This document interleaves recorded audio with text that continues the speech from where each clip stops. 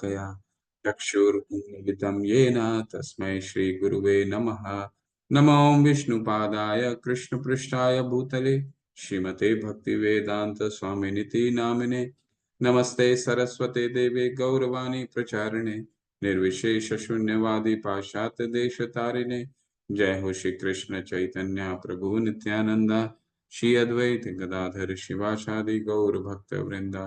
हरे कृष्णा कृष्ण कृष्ण हरे हरे, हरे राम राम राम हरे हरे। हरे कृष्णा कृष्ण कृष्ण हरे हरे, हरे राम राम राम हरे हरे।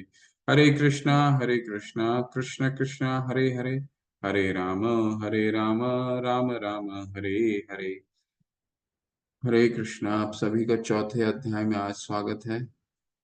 आज हम चौथा अध्याय शुरू करने वाले हैं।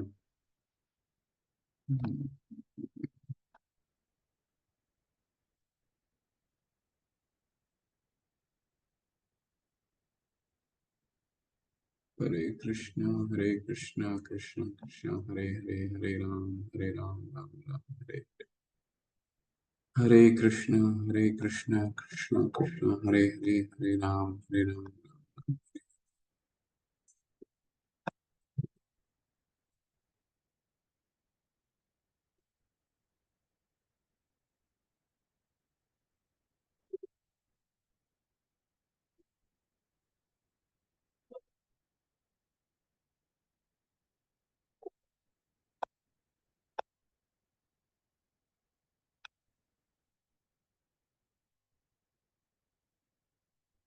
हरी हरी।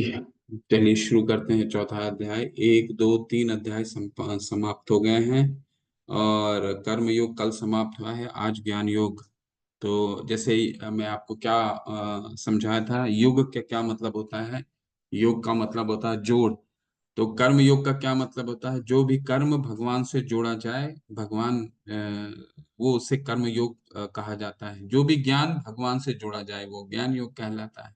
ठीक है, बहुत सामान्य मैं आपको परिभाषा बता रहा हूँ। आज बहुत ही इंटरेस्टिंग होने वाला आज का अध्याय। गीता के इतिहास के बारे में जानेंगे। भगवान के ने ये गीता का ज्ञान अर्जुन को क्यों दिया वो जानेंगे। अर्जुन ही क्यों, और तो इतने बारे में इतने सारे भक्त थे। भीष्म पितामह थे, युधिष्ठिर इतने बड़े भगवान के भक्त थे, वो